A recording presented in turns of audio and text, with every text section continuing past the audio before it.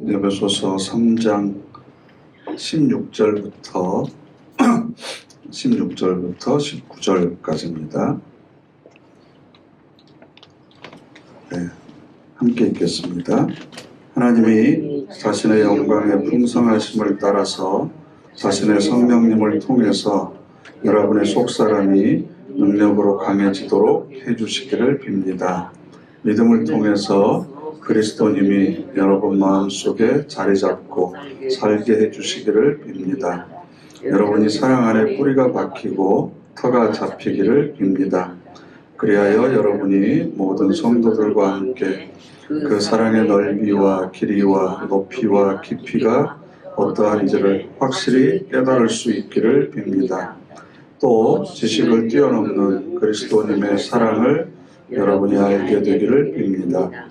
그리하여 여러분이 하나님의 온갖 가득함으로 채워지기를 빕니다.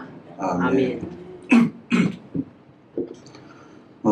사도 바울이 에베소 교인들을 위해서 드린 기도문을 우리가 계속 묵상하고 있는데요. 우리가 신앙생활 함으로 인해서 이 세상에서 누리면서 살아가야 될, 즉 눈에 보이는 복들도 있지만 훨씬 눈에 보이지 않는 더 깊은 진리의 세계, 더 높은 믿음의 차원, 또 하나님께서 우리에게 허락하여 주신 그런 풍성한 은혜가 무엇인지 이것에 관해서 우리가 기도를 통해서 살펴보고 있습니다. 이 기도의 내용들이 사실 우리에게 좀 어색하고 낯설게 다가오는 이유는 우리가 신앙생활을 하면서 이런 경지로 좀 깊이 들어가 보지 못했기 때문에 말은 알아듣지만 무슨 뜻인지는 알지만 이것이 우리에게 몸으로 익혀지지는 않은 것 같아요. 그래서 지난주에는 믿음을 통해서 그리스도님이 여러분 마음속에 자리 잡고 살게 해주시기를 빕니다. 부활하신 예수 그리스도께서 우리 마음속에 살고 계시기를 빕니다. 라는 겁니다. 그런데 에베소 1장 15절 말씀 한번 보실까요? 바로 앞으로 넘기셔서 에베소서 1장 15절 말씀 함께 읽어보겠습니다. 이 때문에 나 자신도 주 예수님에 대한 여러분의 믿음과 모든 성도에 대한 사랑을 듣고서 아멘. 그러니까 사도 바울이 에베소 교인들이 믿음이 있다는 것을 알고 있었어요. 그죠? 여러분의 믿음과 그리고 모든 성도에 대한 사랑을 내가 들었다. 그래서 여러분들의 믿음이 있는지 알고 있다. 그러면 예수 그리스도가 에베소 교인들의 마음속에 자리 잡고 살게 해달라고 기도할 필요가 있을까요? 없겠죠. 그러니까 이 얘기는 무슨 뜻이야 그러면 우리가 예수를 그리스도로 고백한다고 해서 하나님의 자녀가 되었다고 해서 어느 날 갑자기 예수님이 내 마음속에 자동으로 이렇게 들어와 계시는 것은 아니다라는 겁니다.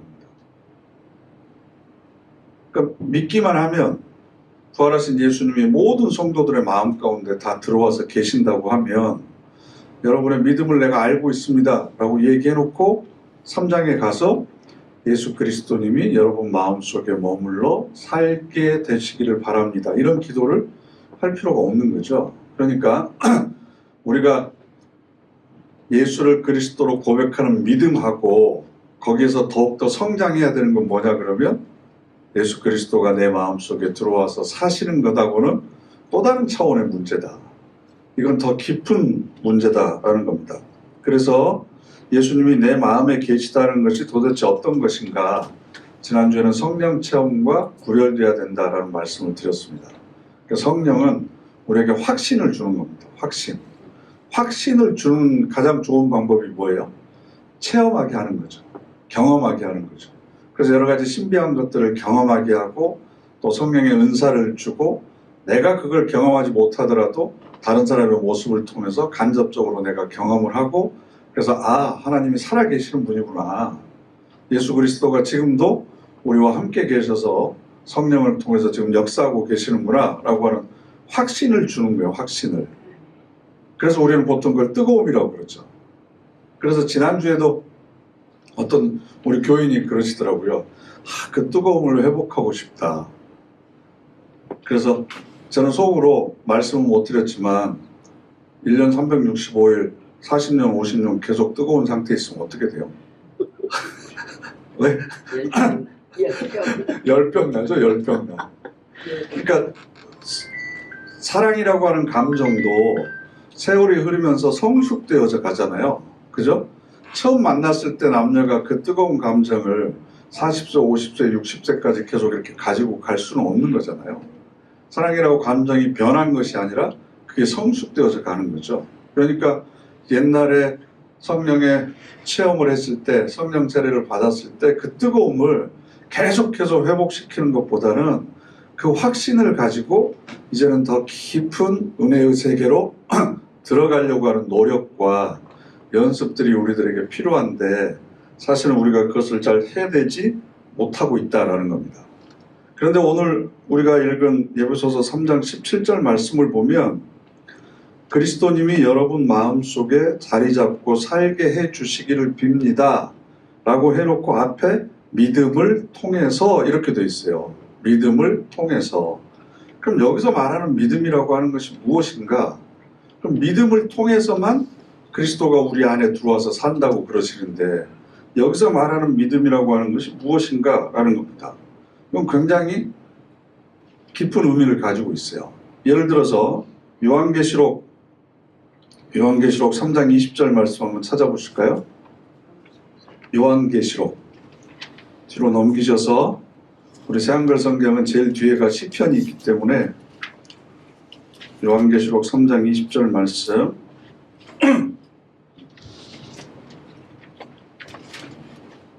요한계시록 619페이지입니다. 요한계시록 3장 20절 함께 읽겠습니다. 보아라, 내가 문 앞에 서서 두드리고 있다. 누구라도 내 목소리를 듣고 문을 열면 내가 그 사람한테로 들어가 그와 함께 먹을 것이다. 또 그는 나와 함께 먹을 것이다. 아멘. 이 말씀 우리 너무나 잘 알고 있죠. 그래서 저도 어렸을 때 저희 집에 이 성화가 있었어요. 이렇게 나무로 만든 문, 그리고 옆에 이제 벽돌 이렇게 벽이 있고 뭐 등이 하나 이렇게 켜져 있는데 예수님이 옆으로 서 계셔서 이렇게 두드리고 계시는 모습, 그 성화 여러분 많이 보셨죠. 근데 이 말씀을 누구한테 하고 있느냐? 대상이 중요해요. 대상이. 누구예요? 라오디게아에 있는 교회 교인들한테 지금 하고 있어요. 믿는 사람들한테. 그러면 좀 우리끼리 얘기지만 죄송한 얘기지만 능동교회 다니면서 하나님을 믿는 모든 사람들이 예수 그리스도를 마음속에 모시고 사는 것은 아니다. 라오디게아 교회 교인들도 모든 교인들이 예수 그리스도를 마음속에 모시고 사는 것이 아니었기 때문에 예수님께서 내가 문 앞에 서서 두드리고 있다. 내 목소리를 들으면 문을 열고 나를 맞이해라. 그럼 내가 들어가서 그와 함께 먹겠다. 이게 바로 은유적인 표현이지만 예수 그리스도와 신비한 연합을 이루는 거죠. 합일이 되는 겁니다. 그래서 예수님께서 요한복음에 아버지가 내 안에 내가 아버지 안에 있듯이 너희도 내 안에 거하라 라고 하는 말씀처럼 주님이 내 안에 들어오시고 그래서 내가 세상과 나는 간 곳 없고 부족한 주만 보이더라 라고 하는 경지에 다다라야 되거든요. 그런데 우리는 이 믿음에 대해서 어떻게 생각하냐 그러면 예, 저도 믿습니다. 제 마음문 열어놓을 테니까 예수님 들어오세요. 저는 열어놨습니다. 그러니까 안 들어오는 건 예수님이 안 들어오신 거지 내가 문을 안 열어놓기 때문이 아닙니다. 이렇게 얘기를 하는 거죠.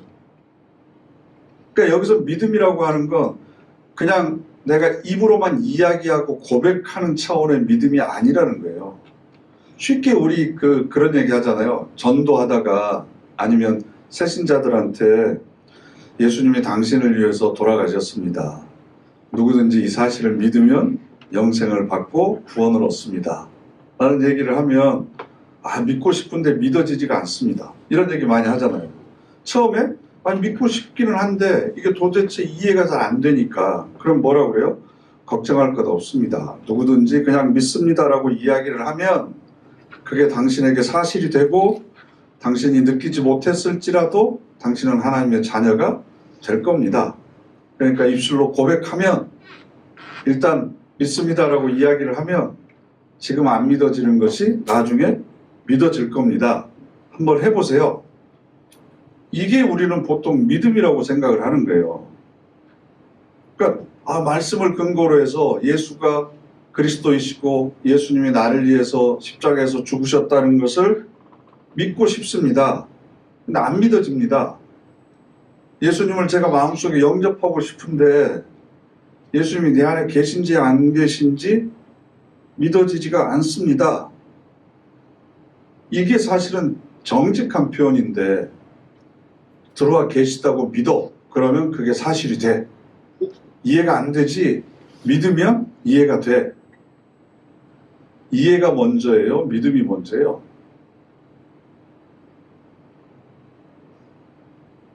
이해가 돼야 믿어지던가요? 믿고 나니까 이해가 되던가요? 믿고 나니까 이해가 돼요?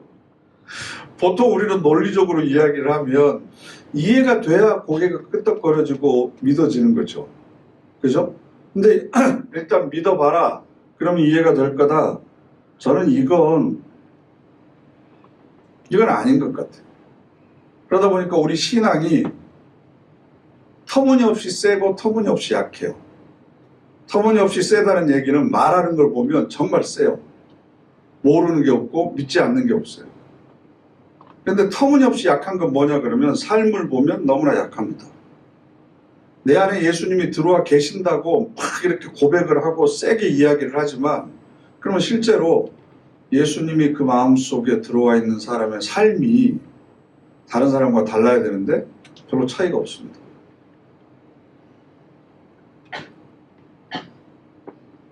예를 들면 이거예요. 제가 배가 고파서 밥을 먹고 싶은데 제 아내가 당신 밥 먹었어.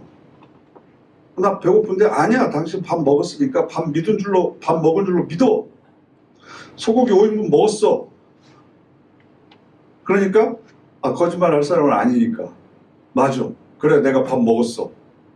이 얘기를 했는데 일어날 힘이 없는 거예요. 다리가 풀려서 배고프니까.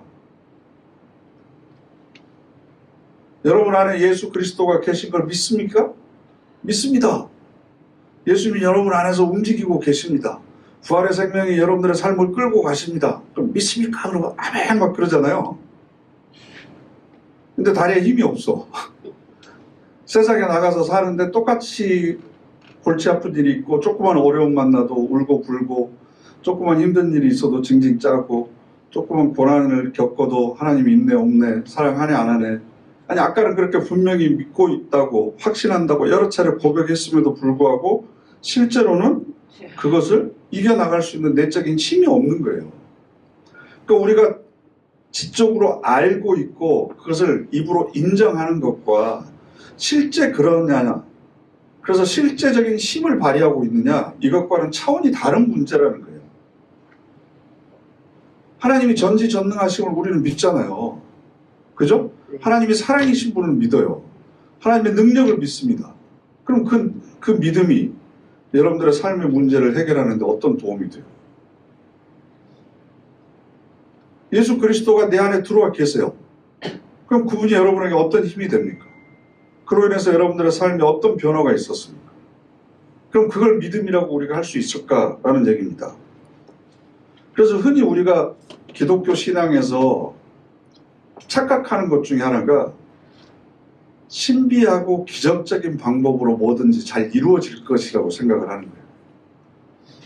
그러니까 나는 문만 열어놓고 마음의 준비 제가 다 돼 있으니까 예수님 들어오세요. 그러면 굉장히 신비한 방법으로 예수님께서 쫙 내 안에 들어오셔서 어느 날 갑자기 내 속사람을 변화시켜 주시고 속사람을 강건하게 해주실 것이다 라고 생각을 하지만 하나님께서 일하시는 방법은 기적을 통해서 일하시지 않습니다. 물론 기적을 베풀기도 하시고 성령의 은사를 베풀기도 하시지만 그건 하나님께서 우리와 함께 계시다는 증거를 보이기 위해서 기적을 베푸시는 거고, 우리가 지치고 힘들 때 너희들만 있는 게 아니다, 내가 너희들과 함께 있다, 이것을 가르쳐 주기 위해서 신비한 경험들을 하게 하시는 거죠. 그런데 실제로 교회를 보세요. 여러분들이 교회 생활을 오래 하셨는데 교회가 기적 같은 일들로 계속 이렇게 아니잖아요. 평범한 사람들의 고통에 아주 작고 사소한 헌신들이 모아져서 이게 교회가 운영이 되고 계속해서 그 생명력을 유지하는 거지, 갑자기 그냥 뭐 기적적인 방법이 매주 막 일어나서 우리 헌금통이 갑자기 그 뭐죠, 화수분이 돼. 그래서 꺼내도 계속해서 돈이 나오니까 그걸로 많은 사업을 하는 거고 많은 일들을 하고 그러냐는 거예요. 그건 아니잖아요. 그러니까 내가 부족하고 연약하고 허물이 많음에도 불구하고 하나님께서 나를 사용해 주시는 이유는 내 그 연약함을 통해서 하나님과 더욱더 가까워지고 하나님께 한 번이라도 더 무릎 꿇는 사람이 되고, 그러기 위해서 하나님께서 우리에게 기적적으로 간섭을 하시는 거지, 그 기적 자체가 우리들의 신앙 자체를 갑자기 성숙시켜주거나 변화시켜주는 것은 아니다라는 거예요.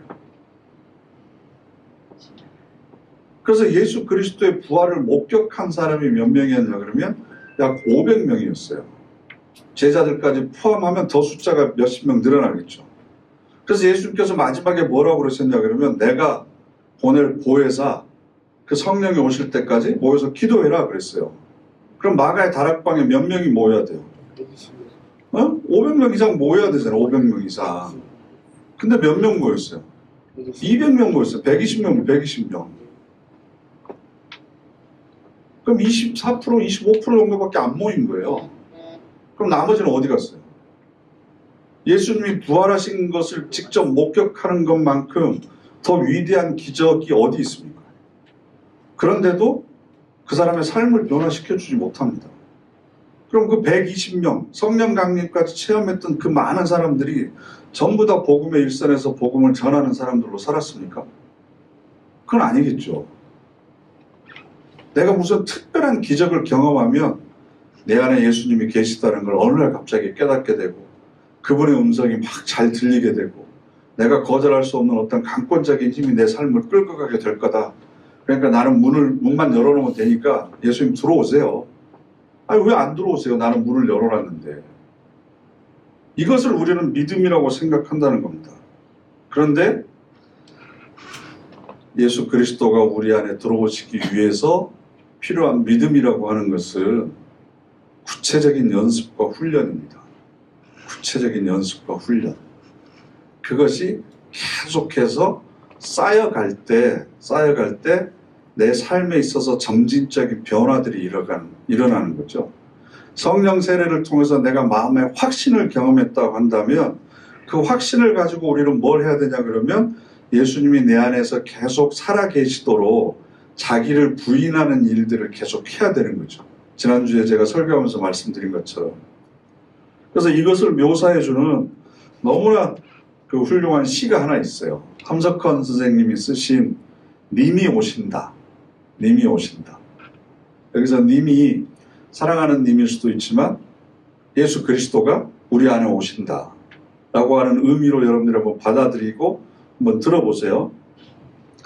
내 집에 오시는 님을, 날 보러 오시는 님을 그저 어찌 맞느냐. 높은 것 낮추고 우물어진 것 돋우고 굽은 길을 곧게 하고 지저분한 것을 다 치워 님이 바로 오시도록 하자. 님을 기다린다고 하면서 그저 작구나. 이것저것을 온 방 안에 흐트러 늘어놓아 그저 앉으실 곳도 없이 했구나.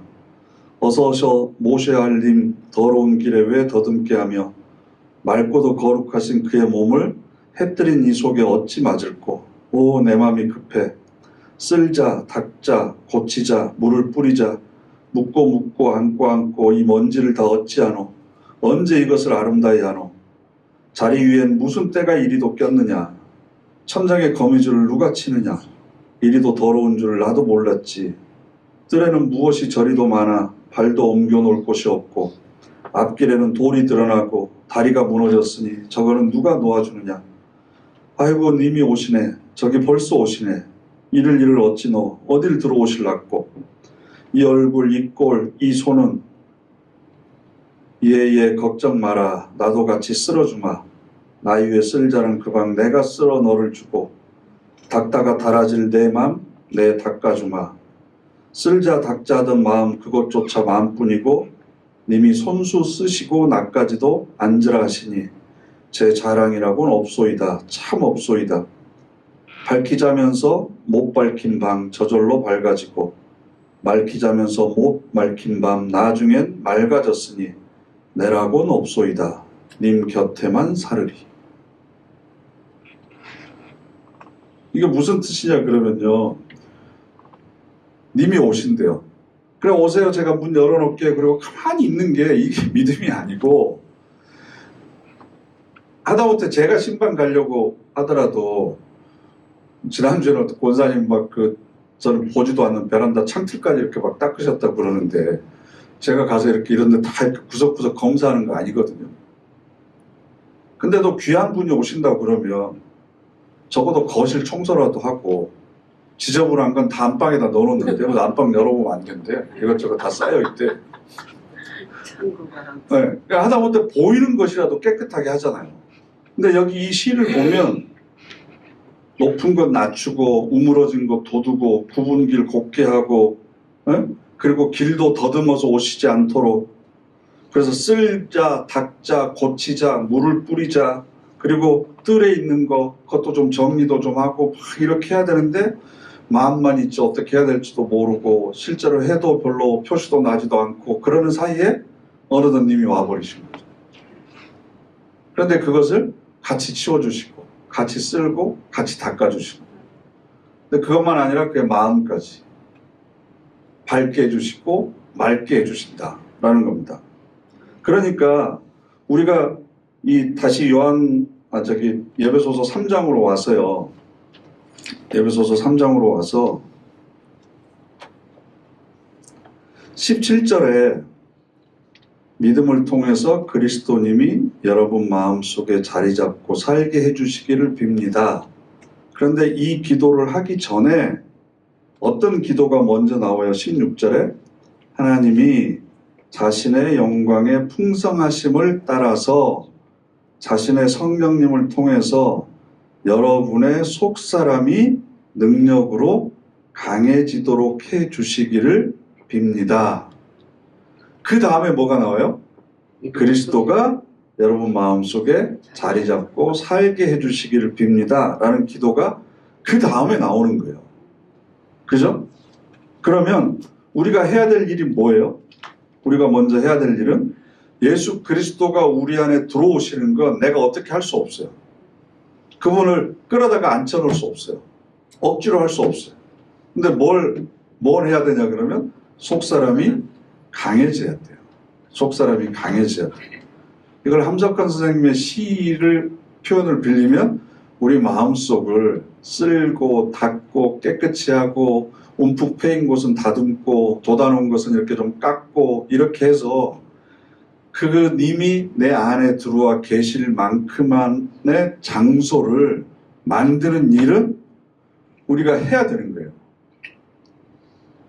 그런데 그것에 대해서는 아무런 관심도 없고 내 안에 주님께서 오셔서 과연 앉을 만한 자리가 있는지 자기를 부인하는 주제를 가지고 지난주에 말씀드렸잖아요.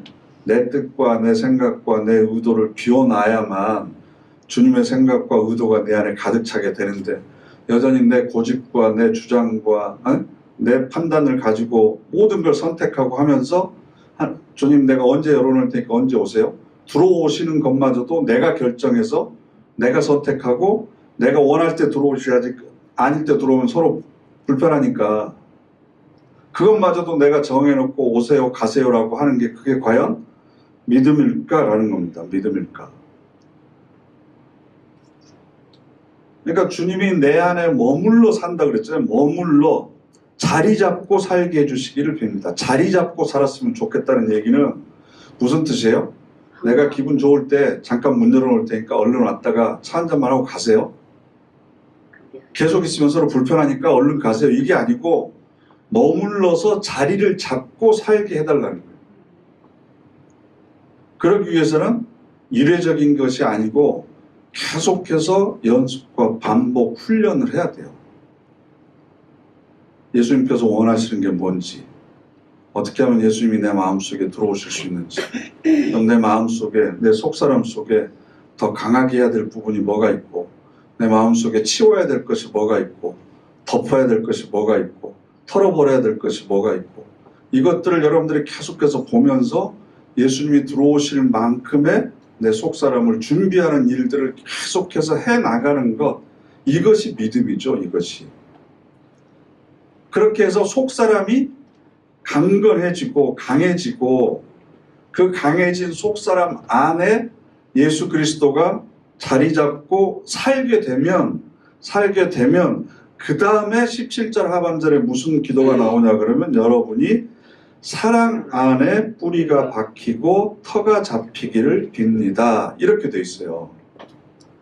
그러니까 기독교에서 말하는 사랑이라고 하는 것은 감정적이고 낭만적인 사랑을 이야기하는 것이 아니라 우리의 속사람이 강건해지는 것. 다른 말로 하면 우리의 영혼이 정결하고 깨끗한 상태가 돼서 예수 그리스도가 내 안에서 머물러 살고 계실 때, 그때 드러나는 게 사랑이라는 거예요. 그렇지 않고도 우리는 사랑을 할 수는 있습니다. 그렇지 않고도 다른 사람에게 우리는 구제할 수 있고 다른 사람을 섬길 수 있습니다. 그런데 그렇지 않는 상태에서 사랑을 베풀고 섬기다 보니까 기대하는 마음이 생기고, 왜 나는 했는데 쟤는 나한테 안 해? 내가 이렇게 하면 저 사람도 나에 대해서 이렇게 하겠지? 내가 이렇게 한 만큼 저 사람이 나를 고마워하고 나를 인정해주고 내 편이 돼주겠지? 그러면서 손익계산을 따지고, 어쩔 때는 손해보는 것 같고 어쩔 때는 더 얻는 것 같고, 내가 분명히 사랑을 베풀기는 베풀었는데 왜 내 안에 이런 마음이 드는가? 속사람이 강해져서 예수 그리스도가 계신 상태에서 하신 그 흘러나간 사랑이 아니기 때문에 그렇죠. 그래서 겉으로 보이는 사랑은 우리도 할 수 있어요. 겉으로 보면 반가워할 수도 있고, 겉으로 다른 사람이 힘든 일 겪으면 가서 같이 울어줄 수도 있어요. 그런데 내가 울 일 있을 때 그 사람 안 왔지, 내가 갔었는데, 그건 그리스도께서 내 안에서 살아계셔서 하신 사랑이 아니니까 자꾸 이런 감정들이 드는 거죠. 그래서 사랑 안에 뿌리가 박히고 터가 잡히기를 빈다라고 하는 이야기는 그리스도를 통해서만 흘러나오는 사랑일 때 그것이 나를 성숙시키고 상대방에게 유익이 된다라는 거죠. 그런데 이 앞부분이 생략되어 버리고, 교회에서 자꾸 여러분 우리 선교사님들 섬겨야 됩니다. 우리 불행한 이웃들, 고난 가운데 있는 이웃들을 위해서 우리가 많은 것들을 흘려보내야 됩니다.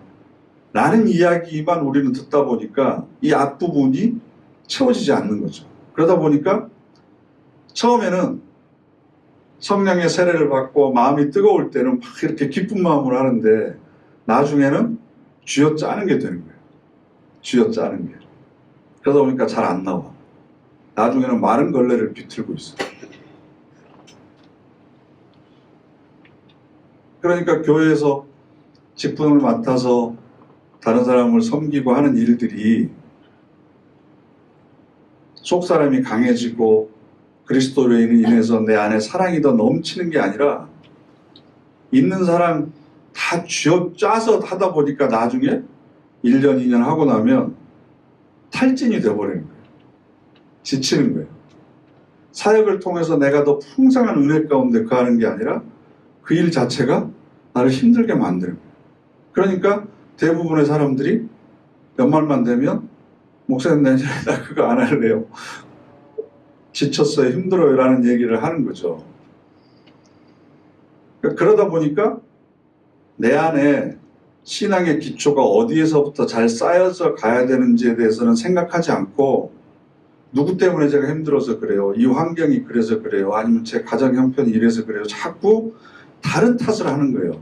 근데 정말로 내가 성령을 통해서 속사람이 강해져 있는 건지, 내 안에 예수 그리스도께서 자리 잡고 지금 살고 계시고 있는 건지, 그래서 내 안에서 이렇게 사랑이 흘러나가지 않고 있구나. 그래서 내 삶이, 내 믿음의 삶이 사랑에 뿌리가 박히고 터가 잡히지 않아서 조금만 이렇게 하면 흔들흔들 이렇게 하는구나. 이 사랑이 그러면 내 안에서 이렇게 샘솟도록 하기 위해서는 이건 내가 쥐어짤 수 있는 게 아니고 그리스도가 내 안에 머물러 사시도록 하는 게 근본적인 해결책이구나. 이걸 우리가 깨달아 알아야 된다는 거죠. 그래서 그 내용들을 여러분들이 스스로에게 적용해 보시고, 주변에 힘든 사람들이 있으면 사역 때문에 혹은 사랑하기가 너무 힘들어서 힘들어하시는 분들이 있으면 이런 얘기를 해주셔야 돼요. 그건 사랑의 대상의 문제가 아니라 내 안에 그리스도가 머물러 계시는지, 잠깐이라도 와 계셨을 때는 막 이렇게 기쁘고 즐겁게 하는데 잠깐 차 한잔 드시고 가셔서 안 계실 때는 또 그게 힘들게 되는 거죠. 그래서 고린도후서 5장 한번 찾아보실까요? 앞으로 좀 넘기셔서 고린도후서 5장 11절부터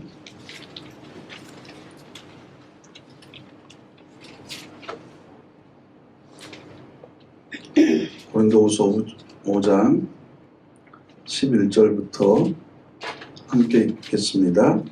그러므로 우리는 주님을 두려워해야 함을 알기에 사람들을 설득합니다. 하나님은 우리를 훤히, 여러분도 우리를 훤히 알고 있기를 기대합니다. 우리가 다시 우리 스스로 여러분에게 내세우는 것이 아니라 우리에 대해 여러분이 자랑할 기회를 드리는 것입니다. 그래서 마음이 아니라 겉모습을 자랑하는 사람들한테 여러분도 대응할 말이 있게 하려는 것입니다. 우리가 정신이 나갔으면 그것은 하나님을 위해서이며 정신이 멀쩡하다면 그것은 여러분을 위해서입니다. 그리스도님의 사랑이 우리를 휘몰기 때문입니다. 우리는 한 분이 모두를 위해서 죽으셨고 그래서 모두가 죽었다고 판단합니다. 아멘. 여기서 가장 중요한 말씀이 뭐냐 그러면요, 그리스도님의 사랑이 우리를 휘몰기 때문입니다. 개역성경에는 우리를 강권하기 때문입니다. 휘몰아서 이건 내가 거역할 수 없이 그냥 내가 이렇게 하는 거다. 이 얘기를 왜 하냐 그러면요, 주변에 있는 사람들이 사도 바울한테 뭐라고 얘기했냐 그러면 정신 나갔다 그랬어요. 정신 나갔다. 그러니까 쉽게 얘기하면 미쳤다 그랬어요. 여러분, 미쳤다라는 말의 뜻이 뭔 줄 아세요? 옛날에 어떤 사람들한테 미쳤다고 그런 줄 아세요? 잘 모르시죠? 미친 거요? 네, 미친 거. 거기에 너무 몰두한 거. 거기에 너무 몰두한 거. 그게 아니고 원래 이 미쳤다라고 하는 뜻은 접신한 사람들. 그러니까 성경에서는 귀신 들린 사람들. 그러니까 우리가 살고 있는 세계가 아니고 다른 세계까지 미쳤다, 다달랐다, 이르렀다. 그런데 보통 사람인 우리들이 보기에는 뭐 접신했거나 막 뭐 어쩌는 사람들 이해를 못하니까 야, 우리가 알고 있는 세상 그 밖에까지 미쳤구나, 네?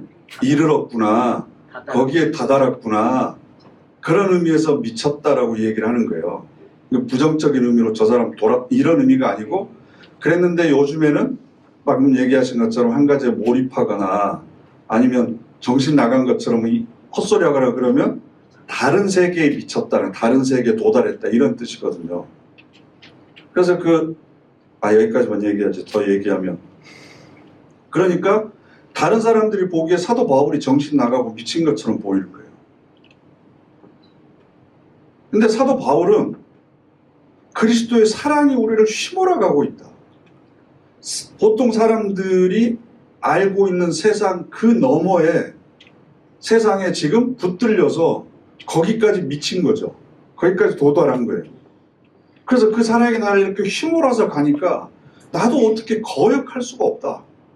근데 사도 바울 안에 들어와 있는 예수 그리스도가 어떤 분이시냐 그러면 다른 사람을 위해서 자기의 목숨을 내놓은 사랑을 하신 분이에요. 근데 그분의 영이 내 안에 지금 들어와서 나를 지금 휘몰아 가고 있어요. 그러니까 사도 바울도 그분이 그렇게 사랑하셨던 것처럼 목숨을 내놓고 다른 사람들을 위해서 사랑하는 삶을 사는 거죠. 이건 내가 판단해가지고 선택해서 어떻게 할 수 있는 문제가 아니고, 나도 나를 어떻게 하지 못하겠다. 그냥 내가 지금 이렇게 그냥 휩쓸려 가고 있다라는 겁니다. 그래서 우리는 한 분이 모두를 위해 죽으셨고, 그래서 모두가 죽었다고 판단합니다. 이렇게 되는 거예요. 그러니까 나도 모든 사람들을 위해서 내 목숨이라도 내놓을 것처럼 지금 이렇게 열심히 복음 사역을 하는데, 그걸 지켜보는 다른 사람들이 보기에는 미친 거죠. 이해할 수가 없는 거죠. 모든 사람들이 다 이해타산적이고 계산적이고, 그래서 이익을 받은 만큼 주는 거고 또 준 만큼 돌려받으려고 하고 있는데, 이 사람은 도무지 왜 저렇게 자기를 희생하고 저런 삶을 사는지 도무지 이해할 수 없으니까 정신 나갔다, 저 멀쩡한 사람 아니다, 미쳤다라고 얘기를 하는 거예요. 그러니까 그렇게 강권적인 사랑이 나를 끌고 가는 겁니다. 그러니까 우리가 생각해서 하나님이 나를 이렇게 구원해 주시고 독생자까지 죽이시고 그래서 나를 이렇게 하나님의 자녀로 삼아 주셨으니까 그 사랑을 어떻게 물질로 비교할 수 있겠어? 그러나 내가 가지고 있는 거 얼마는 이 정도 해야지? 이건 휘몰아친 게 아니죠. 그건 내가 계산하는 거죠. 이해타산 생각이 있는 거죠. 모든 걸 다 드려도 아깝지 않고 더 드릴 수 없음에 너무나 안타까워하고, 조금이라도 드려서 내가 기쁨이 되고 행복이 되는 것을 그것도 만족해하고, 그래서 도무지 이해할 수 없는, 보통의 세상의 상식에서는 납득할 수 없는 행동들이 나오는 게 그게 미친 거죠. 정신 나간 것처럼 휘몰아치는 거죠. 자기 안에서 이렇게 휘몰아치는 걸 어떻게 할 수 없다는 겁니다. 그런데 사실 기독교 역사는 그렇게 강권적으로 역사하시는 하나님의 사랑에 자신을 맡겼던 사람들에 의해서 기독교 역사는 이어져 왔습니다. 이건 기적이 아니고 속사람을 강건하게 하려고 하는 노력이 있어야 되고, 끊임없이 자기를 훈련하고 연습해서, 사도 바울이 그랬잖아요. 말씀을 선포한 후에 그것이 도리어 나에게 걸림돌이 될까봐 나는 말씀 앞에 나를 죽기까지 쳐서 복종시킨다 그랬어요. 죽기까지 쳐서 복종시킨다. 그러니까 말씀대로 내가 살아가기 위해서 자기 자신과의 처절한 싸움을 하는 겁니다. 죽기까지 자기를 쳐서 그 말씀 앞에 복종시키는 건 자기가 열심히 연습하고 노력해야 되는 거예요. 그러니까 히브리서 12장인가요? 죄와 싸우되 피 흘리기까지 싸우지 않으면서, 그러니까 우리는 자기 자신과 그렇게 치열하게 싸우면서 속사람이 강해지기를 간절하게 구하고, 내 힘으로 안 될 때는 성령님의 도우심을 얻고, 그래서 그 강해진 속사람 안에 예수 그리스도가 머물러 있어야만 그 다음부터 주님께서 내 삶을 끌고 가시는, 내 안에 계신 그리스도, 내가 사는 것이 아니라 이제부터는 주님께서 내 안에 사십니다 라고 하는 고백을 우리가 할 수 있어야 되는데, 앞에 부분은 다 그냥 생략해버리고 믿습니다, 문 열어놨습니다, 이제부터는 주님이 들어오셔서 내 주인이 되주십시오 라고 기도하고 찬양한다고 그게 어느 날 갑자기 자연스럽게 되는 게 아니다라는 거죠. 그래서 우리의 신앙은 끊임없이 연습하고 훈련해야 된다. 훈련해야 된다.